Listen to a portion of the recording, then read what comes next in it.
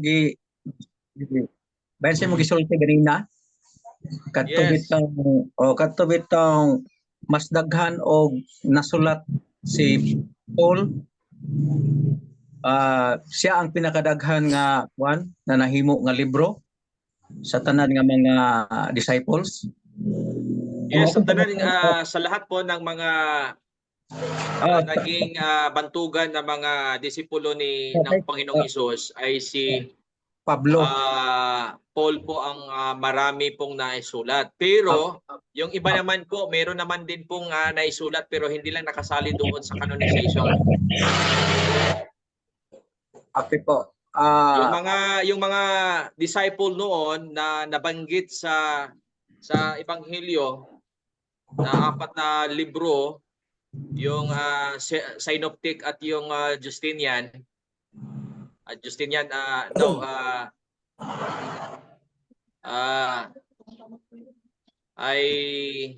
may mga sulat po sila. Kahit si Magdalena may sulat, may mga scholar na nagbigay na si Magdalena ay mayroong isinulat pero hindi lang na ilagay o sa nasama doon sa canonization kasi nga rin ay minsan na questionable. Sa banda, Noel, sa banda. Okay na po ba?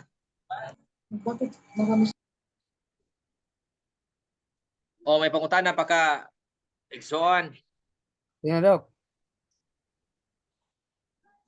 Okay, so tuloy po tayo mga kapatid.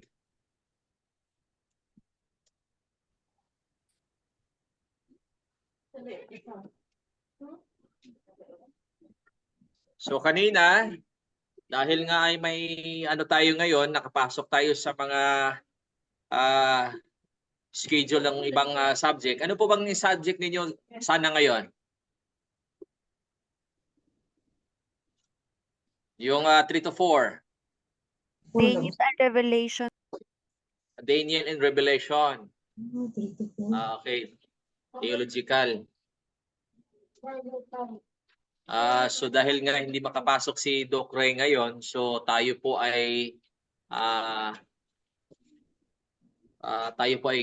gagamitin natin yung panahon, yung oras niya para hindi po kayo maano diyan. At the same time yung natin, yung subject natin sa Pauline Missiology ay mahaba-haba ang ating magiging matatalakay mga kapatid. So dito, sino po tayo mga kapatid? Sana magano muna ako. Raise niyo nga ang inyong mga kamay kung hindi kayo tulog dyan. Sige, itaas niyo yung mga kamay. Baka nagsasalita ko dito tapos ang 50% pala or 70% ay tulog.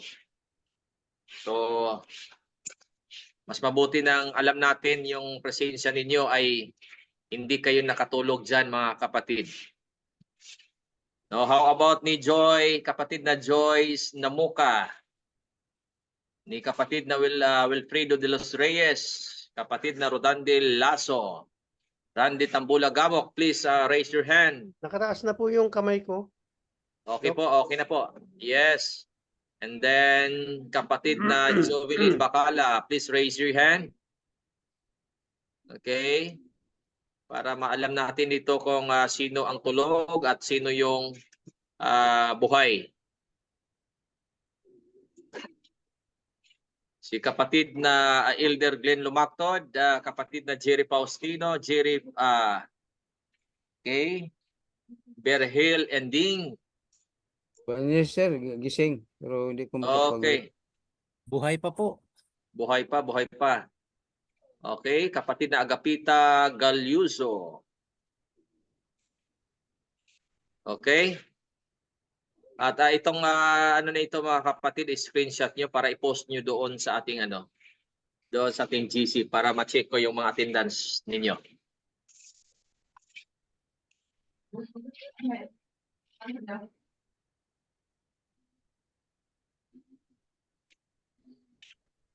Okay, thank you. So, talagang nandyan pa kayo at humihinga pa. Still alive and kicking. Yes, Doc. Okay, pwede nyo dang ibaba mga kapatid ang inyong mga kamay dyan. Okay, magsisimula na po tayo. The Divine Commission given at that time was to be more fully carried out. The Holy Spirit again bearing witness concerning Paul as a chosen vessel to bear the gospel to the Gentiles. So ganun din po tayo mga kapatid. Chosen vessel po tayo, chosen formation. No? Tinatawag tayo ng Panginoon para sa isang misyon, no? Para ipalaganap po ang salita ng Panginoon sa saan mang dako sa mundo. Tayo po ay liliwanag po ang salita ng Panginoon sa pamamagitan po ng kanyang mga isinugo. Sino pong isinugo ng Panginoon sa kapanahonan ngayon? Tayo pong mga Seventh-day Adventist, kaya ang atin pong pagkatawag ay isang hindi aksidente, kundi talaga'y plano talaga ng Panginoon na tawagin tayo sa isang iglesia para po ay mamumunga po tayo ang ating mamumunga po tayo mga kapatid sa ating pananampalataya. Laid upon the church the work of ordaining him as a fellow laborer. Amen. Amen. As the leaders of the church in Antioch ministered to the Lord and fasted, the Holy Ghost said, "Separate me, Barnabas and Saul, for the work whereunto I have called them." So, in-specialize talaga na gumawa ng plano ng kaligtasan ng Panginoon, at ito ay ibinigay doon sa dalawang bantugan na mga disipulo ng Panginoon, at ay sila ay isinugo para po ipalaganap sa kapanahunan nila doon sa city of Antioch ang kaligtasan ng Panginoon. Ganoon naman po din tayo ngayon, kaya patuloy lang tayo sa ating adhikain sa buhay at sa pagiging missionary para po ay tayo na ay makauwi sa ating heavenly paradise. Amen. Paul regarded the occasion of his formal ordination as marking the beginning of a new and important epoch in his life work. So tayo, sa panahon na tayo ay binautismuhan, tumanggap tayo sa tinanggap natin ang Panginoong Hesus na siya po ang mag-ano sa ating buhay, at tayo na bago. At ngayon, doon sa panahong yon, sa oras na yon, ay nag-effect po yung ating mission order para ipalaganap ang salita ng Panginoon. It was from this time that he afterward dated the beginning of his apostleship and the Christian church. Acts of the Apostle, page 164, paragraph 2. Yun po ang sabi ng ating propetisang si Mrs. White. At dinagdagan pa niya, sabi ni Mrs. White, "To the Jew, this form was a significant one."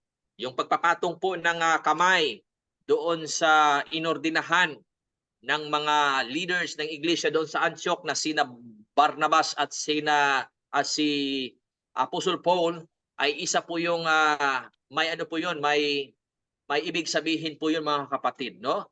When the Jewish father blessed his children, hindi lamang siya simpleng magsasabi, ano kita, i-bless kita, ang Panginoon ay mag-ano sa iyo, no? Hindi po.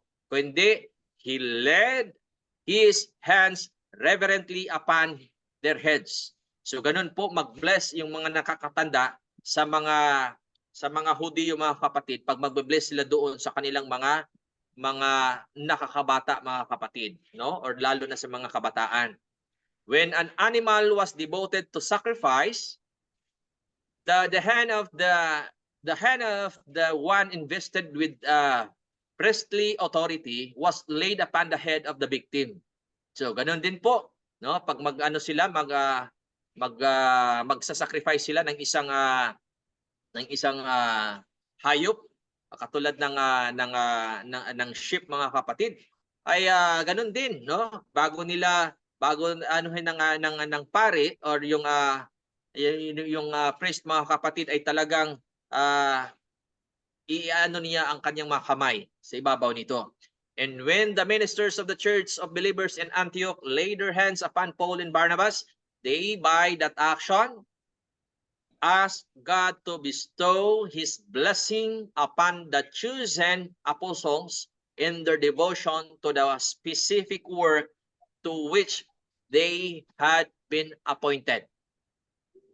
So yun po, mga kapatid, no?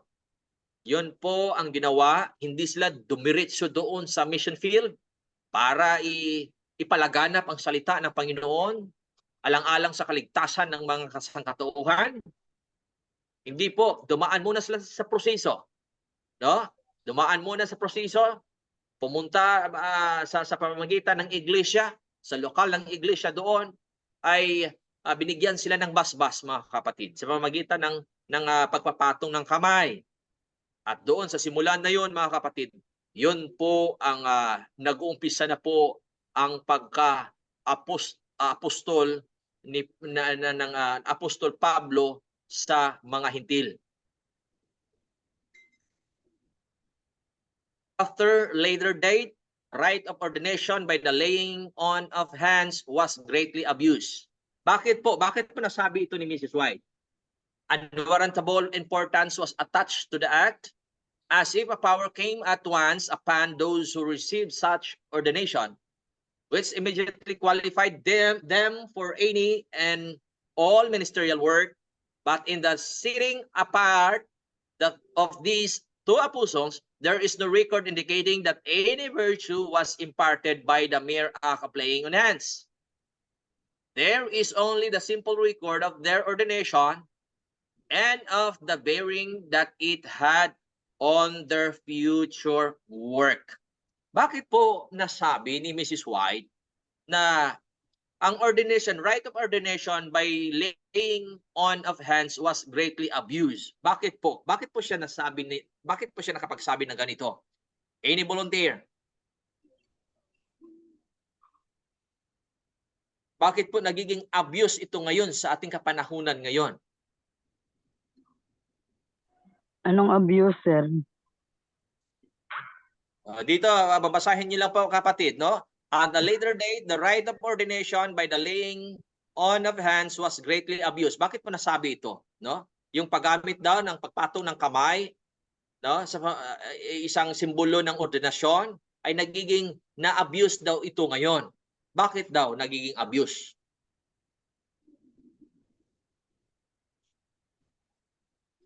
Kanina nasa 50 plus tayo, ngayon nasa 41. Talagang Pastor, ako po. sige po, go ahead. Kasi nagiging abuse dahil ginagamit nila sa sarili nilang kapakanan para mag-baptize. Halimbawa po, although ang may kakayahan lang mag-baptize ngayon ay ang mga pastors. Then pangalawa po, nagiging abuse kasi yung ibang Kristiyano nagpapanggap na sila ay nagpapagaling sa pamagitan ng pagpatong ng kanilang kamay. Which is wala naman sa ano po. Hindi naman ano talaga sa ano. Sa atin kasi ang doktrina natin ay uunahin natin ang Diyos bago ang sarili. Sila po ay ginagamit nila yung sarili ng kapakanan para doon sa mga, hindi kasi sila tinatawag doon, hindi sila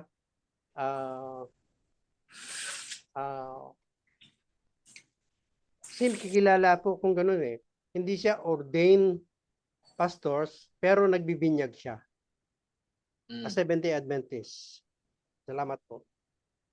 Okay. Sir? Sige, go ahead, kapatid na Maria de Dios.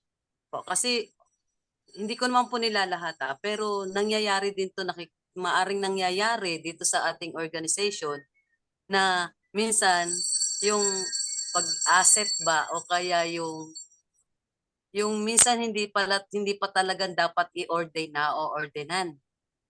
Kaya siguro na sinasabing Ang ano po na-abuse dito, sa ang issue po dito mga kapatid ay right of ordination by laying Apo. on of hands was Apo, greatly abused.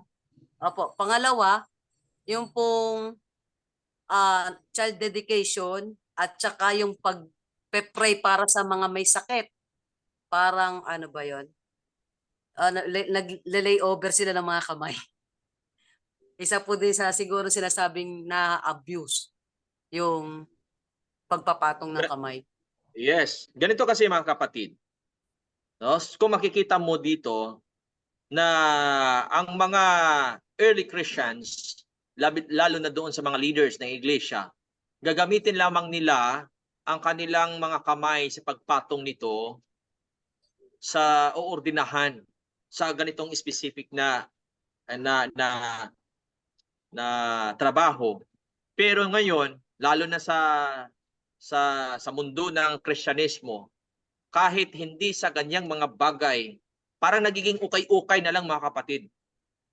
No? Parang nagiging ukay-ukay. Ibig sabihin, kung ano yung nasa ibinibinta diyan sa ukay-ukay, hindi na siya magkapareho, hindi na siya katulad ng original price doon sa original na item. Kahit pa nagiging original yung item, pero bumaba yung price, yung value kasi ukay-ukay mga kapatid. Nakukuha niyo po ba mga kapatid? Mawawala yung essence. Mawawala yung malalim na ano talaga mga kapatid. Pag lagi mong ginagamit ang kamay mo sa pagpatong. Kaya tayo mga Adventist, hindi natin yan ginawang ukay-ukay yung pagpatong ng kamay. Tama po ba? No? Ginagamit namin natin yan pag talagang yun na talaga, no? Yung sa panahon na talaga, kaya sa atin banal talaga yung pagpapatong ng kamay.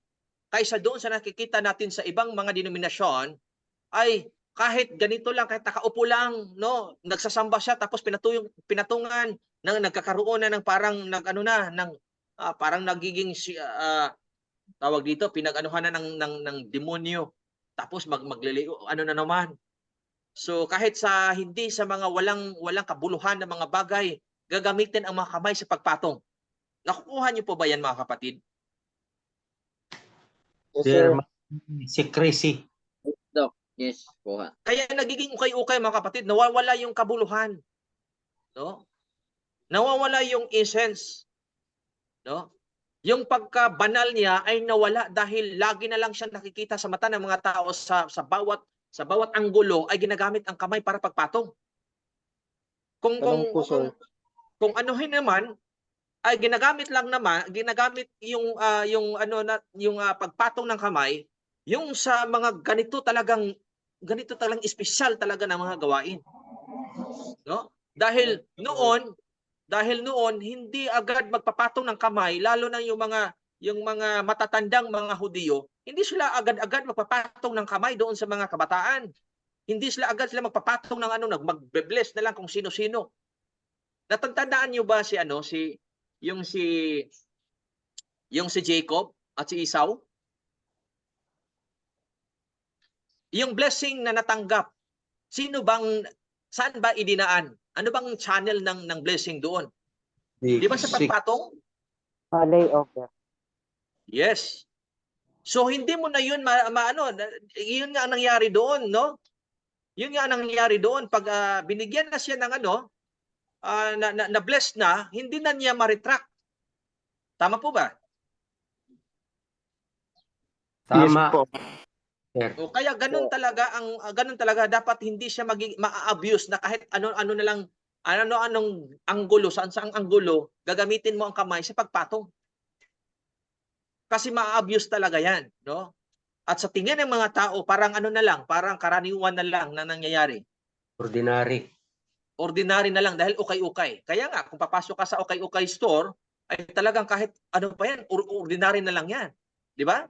Kahit pa ano pa yung kahit ano pa yung brand na yan, pinakamahal na brand na nakalagay dyan, as long as ukay-ukay siya, pwede nang lagyan doon ng karatula sa labas, tag 5 na lang tanan. 5, 20 Gs. Di ba? So, yun, Dok, yun ang pwede nangyayari, magtanong, mga Dok? kapatid. Go ahead. Dok, pwede magtanong? Yes, yes. Pwede magtanong, Dok? Sige, sige. Kinsa ba gyud ang dapat nga authorized gyud nga pwede gyud magpandong?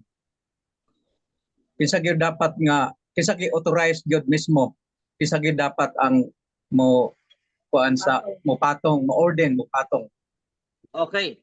Yung mag-ordain talaga, mga kapatid, ito kung mababasa mo dito, no? Yung mga leaders ng iglesia, sila po yung binigyan ng authority na magpatong doon sa uordinahan. Yung mga leaders na pinili ng Panginoon. Kaya yung mga leaders natin, pag mag-appoint, pag magbigay na ng magkakaroon na ng ordination doon sa mga junior pastor, so yung magpa-facilitate diyan yung mga leaders natin. 'Di ba? Nakakita po ba tayo na may inordinahan tayong junior pastor na naoordinahan na ang nag-layover nag-ano sa kanya, nagpapato ng kamay ay yung pinaka junior pa sa kanya? Meron po bang nangyaring ganyan, mga kapatid? Wala po. Wala, senior. Wala. Yung senior talaga. So ganun din ang nangyari doon. Tingnan natin, no? So dito sa Tanong po. yes. Tanong Leaders po. of the church. Yes, go ahead. As to these apostles po, alam po natin na they were really imbued with the Holy Spirit. Ano po, yung tanong ko po, pagdating po sa mga leader natin, paano po natin kumbaga po, kung ordain po sila, qualified na po sila mag-lay over ng hands po? Kapatid, Hindi po narinig po. saang specific na gawain pa, kapatid? Pag-lay over ng hands po, sa issue po dito sa Acts of the Apostle, we knew that these apostles were really imbued with the Holy Spirit. Sa pagdating naman po sa mga leader natin, lahat, alam po natin na hindi po lahat imbued ng Holy Spirit. Yung iba po, paano po mag-qualify sila sa pag-lay over pagdating po sa category ng imbuing of the Holy Spirit po? Alam naman natin, mga kapatid, no?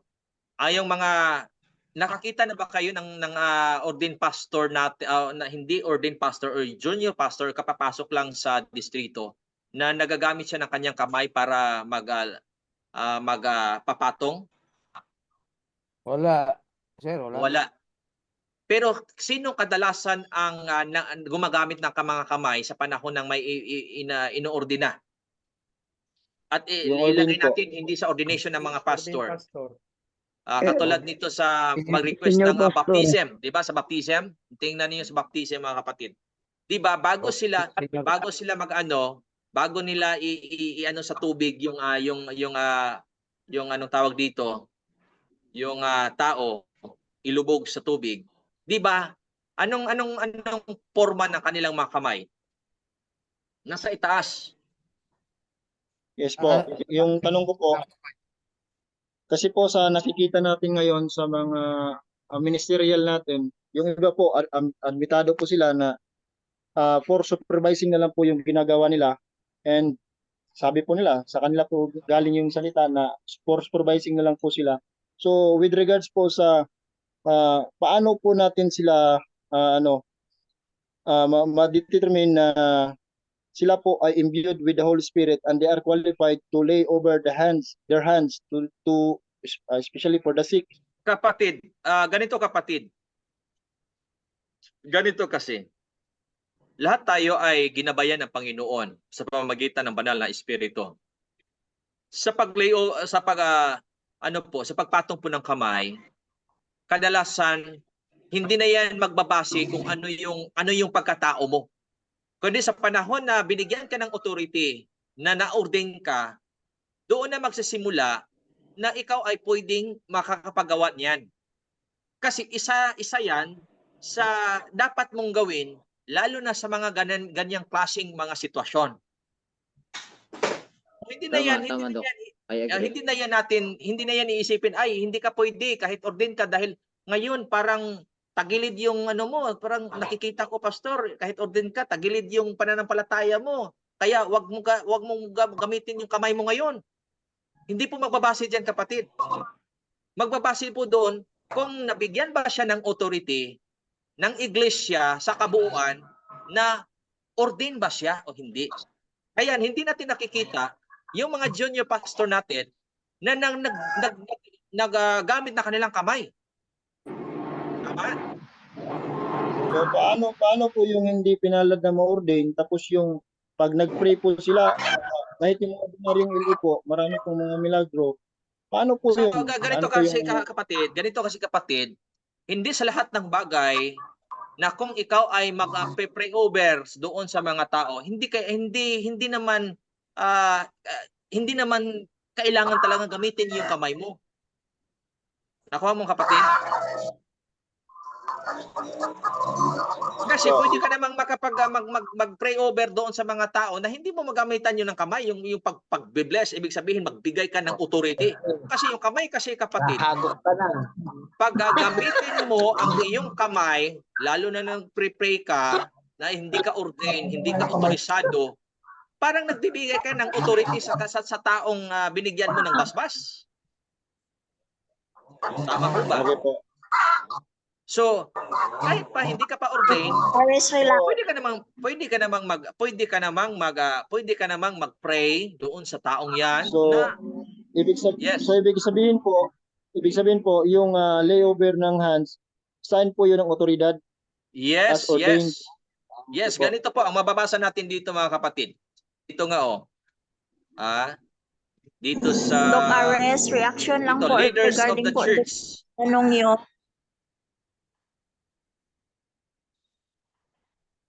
Dara. Ano dito? Hello po, The Doc divine Ares. commission given at the time was to be more fully carried out. The Holy Spirit, again, bearing witness concerning Paul and as a chosen vessel to bear the gospel to the Gentiles, laid upon the church the work of ordaining him and his fellow laborer as the leaders of the church in Antioch.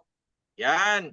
Administered to the Lord and fasted, and the Holy Ghost said, separate me, Barnabas and Saul, for the work whereunto I have called them. So sa pamagitan ng leaders ng iglesia, dahil nasa kanila ang authority na ibinigay ng Panginoon. So, kung sino mang pipiliin ng Panginoon, so yun ang bigyan nila ng basbas authority, mga kapatid.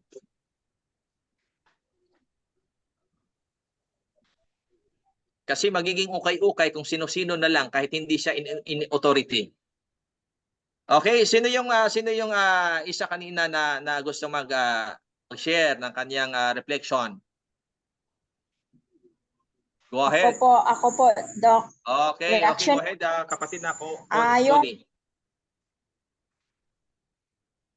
Go ahead. Yes po. Regarding po doon sa tanong mo na sabi mo na greatly abused. Noon po kasi, sabi dito, at a later date, the right of ordination by the laying of the hands was greatly abused. Yun po ang dahil yung authority po na nakuha nila noon, natanggap nila na authority noon, naging greatly abused po yun dahil yun ang ginamit nila. Dahil nasa authority po sila, yun po ang ginamit nila para i-ano po si Jesus. Yun po ang dahilan kung bakit may greatly abused dahil sila po ang nandyan sa authority. Samantalang si Jesus po ay wala po siyang posisyon doon sa government noon. Kaya po greatly abused yun po. Yun lang Okay, po dito ang tayo sa kapanahonan ngayon, kapatid. Sa pag-iintindi ko po. sa Salamat po. kapanahonan natin ngayon, no? Nagiging abuse ba lalo na sa ibang denominasyon ang paggamit nitong kamay. Meron na nga tayo makikita mga kapatid na talagang inilagay talaga sa kanilang pangalan ay apostle, no? Meron pa ngang prophet, no? Appointed son of God. Tapos pag mag-ano sila, kahit walang importanteng mission, walang importanteng ano sa tao, ay gagamitin nila ang kanilang kamay para doon sila magbibigay ng kanilang blessing. Yes Tama po po. ba? Po. Pero Meron po. noon hindi yan simple na pwede mong gagamitin agad-agad. Pipiliin pa talaga, no? Kung nakikita natin doon, pinipili pa talaga ng banal na espiritu para doon na sila, pag sino yung mapili ng banal na espiritu, yung mga leaders ng iglesia, saka pa sila gagamit sa kanilang kamay.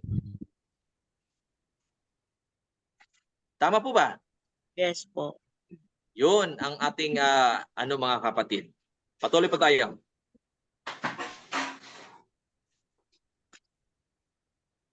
Unwarrantable Yes po, at importance this of present Yes. po, yun, madalas po natin yun makikita, lalo na sa ibang denomination po, bago sila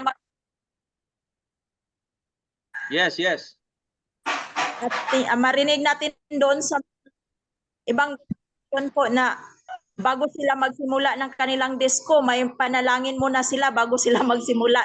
Kaya yun po, yung great abuse po.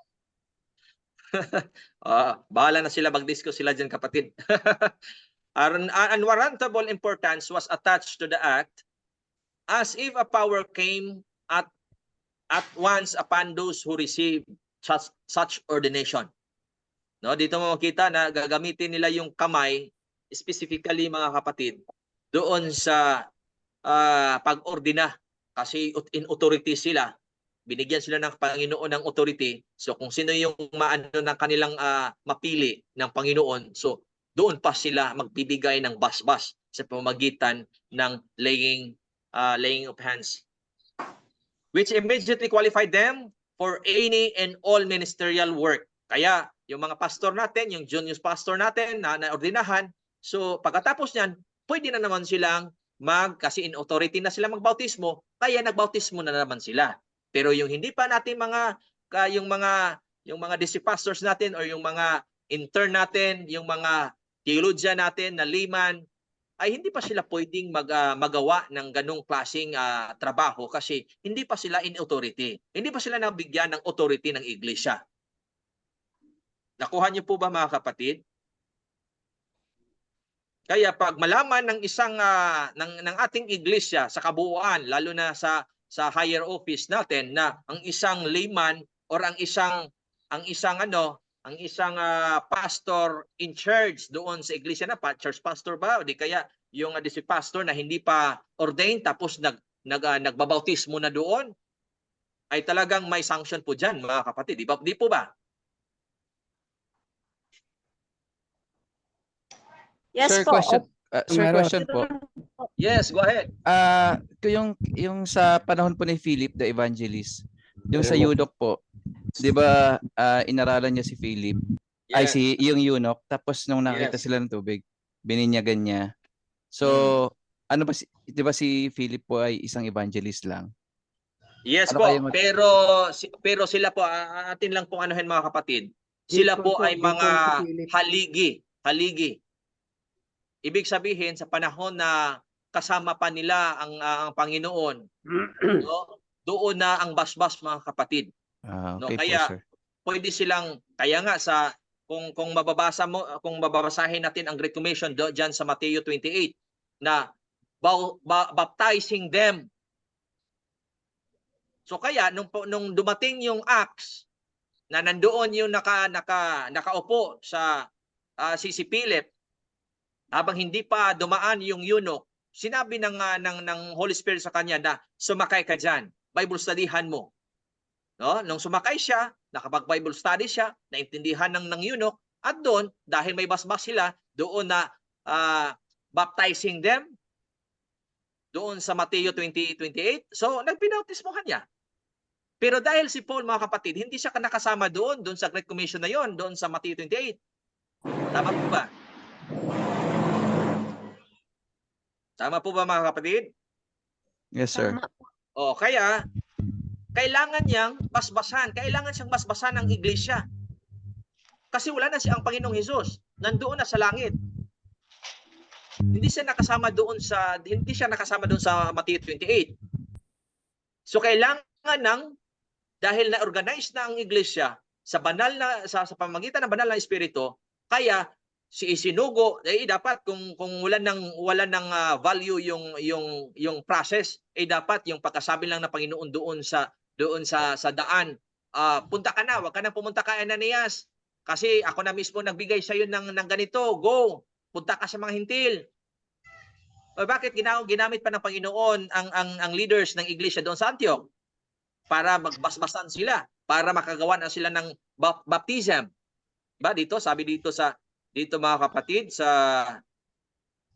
dito sa sabi ni Mrs. White. Ito. Before being sent forth as missionaries to the heathen world, these apostles were solemnly dedicated to God by fasting and prayer and the laying on of hands. Thus, they were authorized by the church not only to teach the truth, but to perform the rite of baptism. Bakit kailangan ni Apostol Paul na mabigyan ng basbas? Para magkakaroon siya ng authority to baptize. Kasi nga, hindi siya kasama doon sa personal na binigyan ng Panginoon ng Great Commission, baptizing them sa Matthew 28. So, ginamit na ngayon kasi nandoon na sa langit ng Panginoon at na-organize na, unti-unting na-organize na ang palisiya ng iglesia sa pamamagitan ng banal na espiritu. Kaya ginamit na ang mga leaders doon sa Antioch. Basbasan mo na sila, bigyan mo na sila ng authority, saka sila makapag-conduct na ng baptism. Yeah, Doc. Okay. Okay, Dahil sir. Thank you po. hindi po freelancer si Apostol Paul. Kailangan niya ng umbrella. Kailangan niya ng higher authority para magbigay sa kanya ng authorization to baptize. For mission after fasting. Yes. Kopya. Mrs. White po ang may sabi niya, kapatid. So patuloy na proceed po tayo mga kapatid. Maganda talaga itong ni Apostle Paul, no? So mas lalong nagiging klaro yung mga kaganapan noon dahil nga rin sa sulat ni Mrs. White. Hands added to metric virtual qualification. Okay, natapos na po yan mga kapatid. Dito na po tayo. Okay.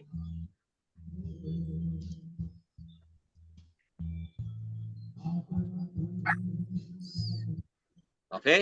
Dito nga, sabi dito, which immediately qualified them for any and all ministerial work.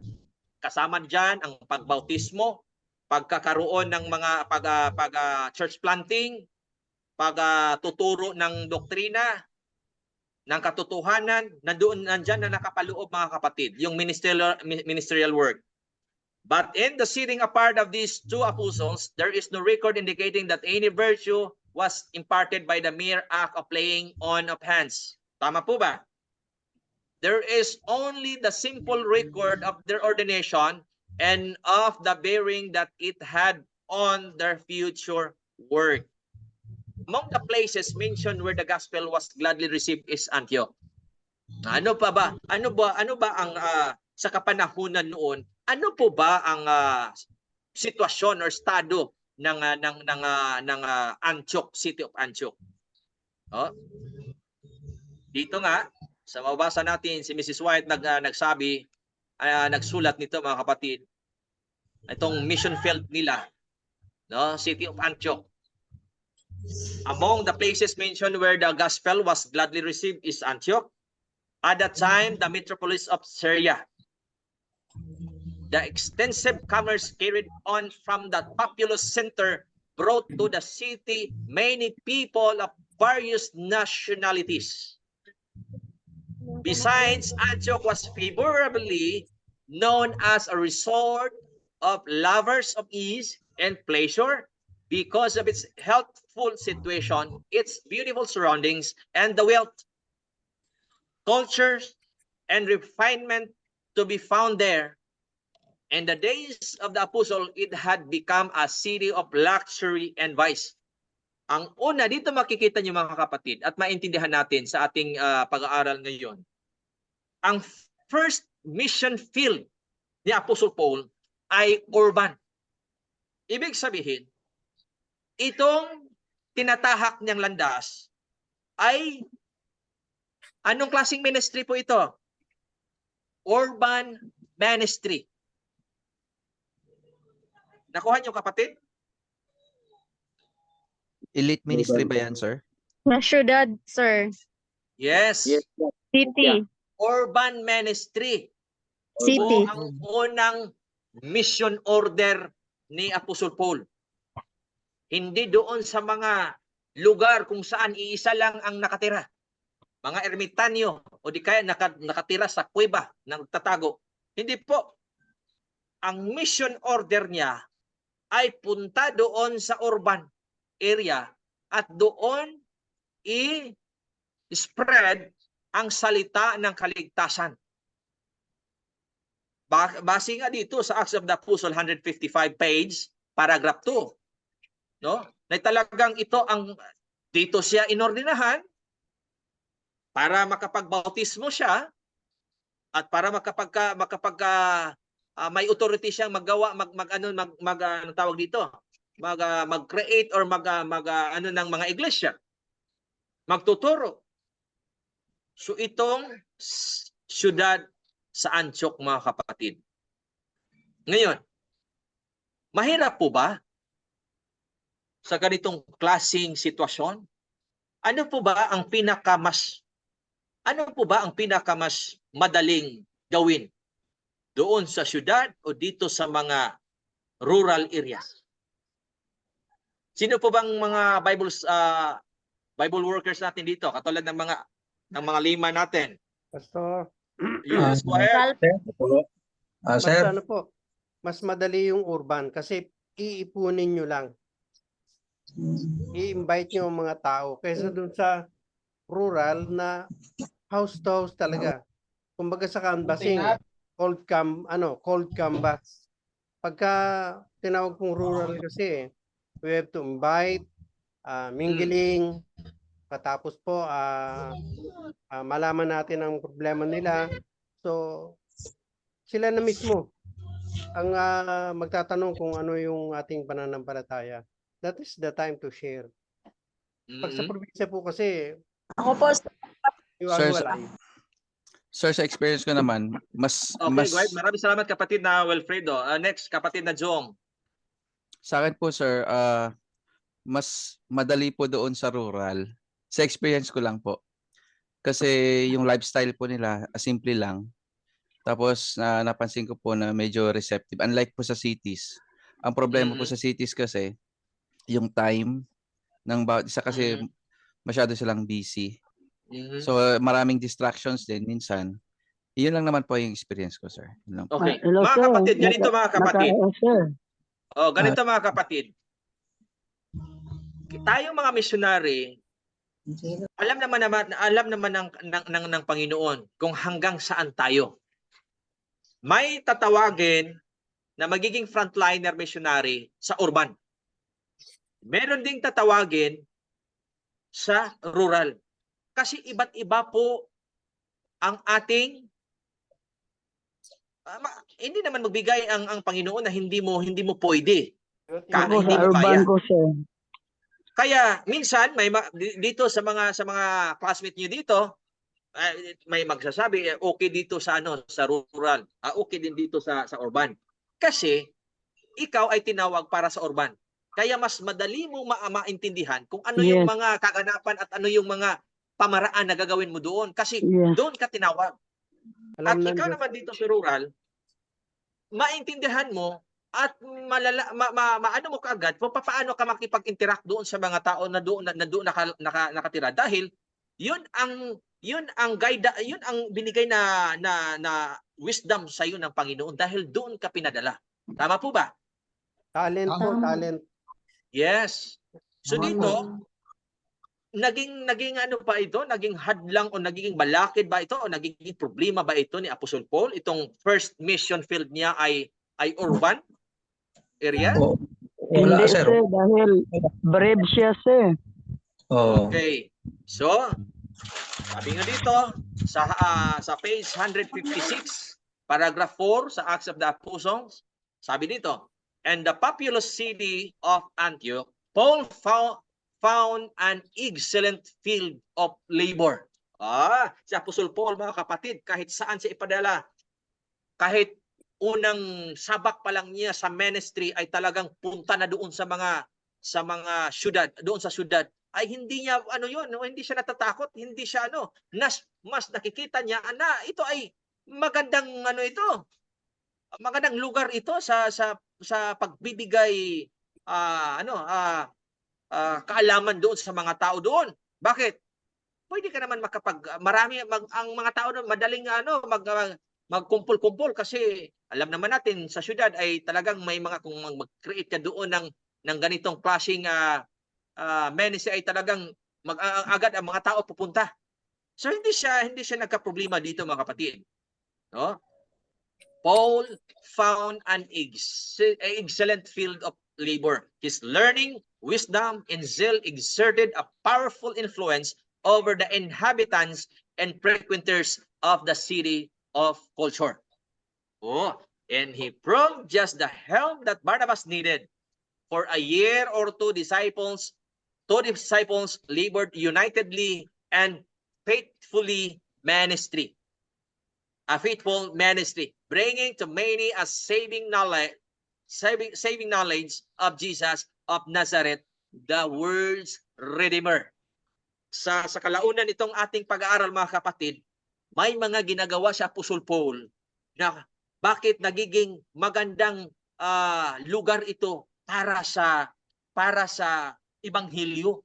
Kasi may ginagawa siya, mga kapatid. Makikita natin ito sa kalaunan nitong ating pag-aaral. Ano pang ginagawa niya? Bakit mas nagiging namayagpag at mas nagiging matunog yung pangalan niya doon sa urban? Sabi pa nga dito, his learning, wisdom, and zeal exerted a powerful influence over the inhabitants and frequenters of the city of culture. Diyan mo makikita, mga kapatid, ano kaya ginawa niya? No? Ano kayang pamaraan niya kung bakit nagiging mabunga siya doon sa first mission field niya, mga kapatid? Sa inyong palagay, ano kaya? Ano kayang ginawa ni Apostle Paul kung bakit ganun na lang ang nangyayari? Hindi sa katulad sa ating inaasahan, no? Na sa ating pang-iisip kung nasa rural tayo, pinadala tayo sa rural ng Panginoon. Pag mag-iisip tayo ay urban, ay sa syudad, ay problema dyan. Pero bakit nagiging mas si Paul doon, mas mabunga siya doon sa urban? Ano kayang ginawa niya sa palagay niyo, mga kapatid? Concentrated po siya, Doc, sa Panginoon. Concentrated? Bakit po ba ang taga-rural missionary, hindi po ba sila concentrated? Yes po. Kasi po, isa-isa lang po tayo, mga kapatid. Yes po. Katulad po ng sinabi ni Miss White. Go ahead, kapatid na Alex. Lord Christ method. Hello, Doc. Go ahead. Si Apostol Pablo, gitagaan siya og power sa Ginoo aron nga bisag asa makapenetrate siya. So the Holy Spirit will guide him. Bakit hindi ba wala bang guidance ng Holy Spirit at hindi ba binigyan ng kapangyarihan yung nasa ipinadala doon sa mga rural areas? Kasi po doon sa urban areas po, nakikita po ni Apostle Paul na katulad nung sa Episo, nakikita po ni Apostle Paul na marami po ang mga brethren doon sumasamba ng maraming Diyos. Saka sa ministry po ni Apostle Paul, tulad ng sinasabi ni Miss White na yung city dapat ma-warningan po. Ano kaya ang ginawa niya mga kapatid? Ano kaya ang mga inisyatibo niya na ginawa na kung bakit ay mas nagiging mabunga yung ministry niya doon sa urban area, lalo na doon sa Antioch. Si Pablo Doc ay isang professional. No? Mayroon siyang profession, Posible? abogado. So, mabilis sa kanya ang yung He followed Christ method. oo. Okay. Maganda yan, maganda yan. Maganda yung ano na yan, kapatid. No? Kukuha. Ano pa? Sino pa? Ako, sir. Di ba, Okay, go ahead. tent maker ang business nila. So, asset. Isa pa din yun. Yung mga dati na nilang kilala. Sa panahong ito mga kapatid, hindi pa siya nagtitent maker. Pastor, ako po. Pero yun ang, yung background history niya, sir. Di ba mayaman sila Paul? Yes, yes. Yun ang business ng family nila. Tent maker. Tsaka, So, siya ano kaya ginawa niya? Ano kaya ginawa niya? Inisyatibo niya? Hindi siya naging burden sa mga church. Pinag-aralan niya yung culture nila, sir. Okay? So, yan mga Might- kapatid, yan ang pag-aaralan natin sa susunod talaga mga kapatid. Ang ganda talaga nitong mga eksena nito. May time, Doc Aris, na nagbinta siya. Gumawa sila, sir, nag-ICS sila, sir. Ano po? Nag-community service din sila, sir. Na? Community service, sir. Oh, baka. No, posible. Nagwawalis sila doon sa ano. Okay. Okay kaya na ba? Community service. Talaga nag-iikot-ikot yung mga isipan natin mga kapatid, ha? Baka may care group sa doon, sir. Sige. Hello, sir. Oh, okay, go ahead. Doc Aris, according po sa sinasabi ni Ellen G. White po, powerful influence siya kasi he learned and full of wisdom. That's why po united din po sila ni Barnabas faithfully. So yun po nagiging nagiging fruitful siya po. Sir. Anong oras na ba mga kapatid? Ang ganda na talakayan talaga natin mga kapatid. Walang ginaganahan dito. Wala nang oras, sir. Wala nang oras. Sir, si Paul talaga, sir, filled sa Holy Spirit si Paul. Filled sa Holy Spirit si Paul. Ano na ba? Anong oras na kapatid? Maraming salamat kapatid na Dagoplo. Anong oras na? Alas 4 na po ba? 4:02. Alas 4:03 na. Alas 4:03. Alas 4:03. Anong oras pa ba tayo pumasok? 4:03. Ang pasok tayo alas 10. Ha? Alas Alas 9. Yung oras na ito, anong oras tayo pumasok kanina? 9 po, 9. 3:09. 3:09? 3:09 po. Okay, nandiyan, okay, ibigay na po natin ang panahon kaya ang ganda talaga ng natin mga kapatid, no? Isa-isahin natin ito. Ano kayang ginawa ng mga inisyatibo ni Apostol Paul at ni Barnabas kung bakit naging namayagpag ang doon ang Kristyanismo mga kapatid sa pamamagitan nila. So may mga may mga pag-iisip tayo na ganun kasi siya, ganyan kasi. So dito natin makikita mga kapatid kung ano ang impact kung ito ay ating masusunod mga kapatid, no? So maraming salamat sa inyong panahon. Sana'y nagiging masaya yung talakayan natin at marami tayong nakukuhang mga impormasyon sa ating pag-aaral dito sa Pauline Missiology. God bless po sa ating lahat. Amen. To God be the glory. Salamat po, Doc Aris. See you next Sunday, Doc. Okay, kita-kita po tayong muli sa susunod mga kapatid. Thank you, sir.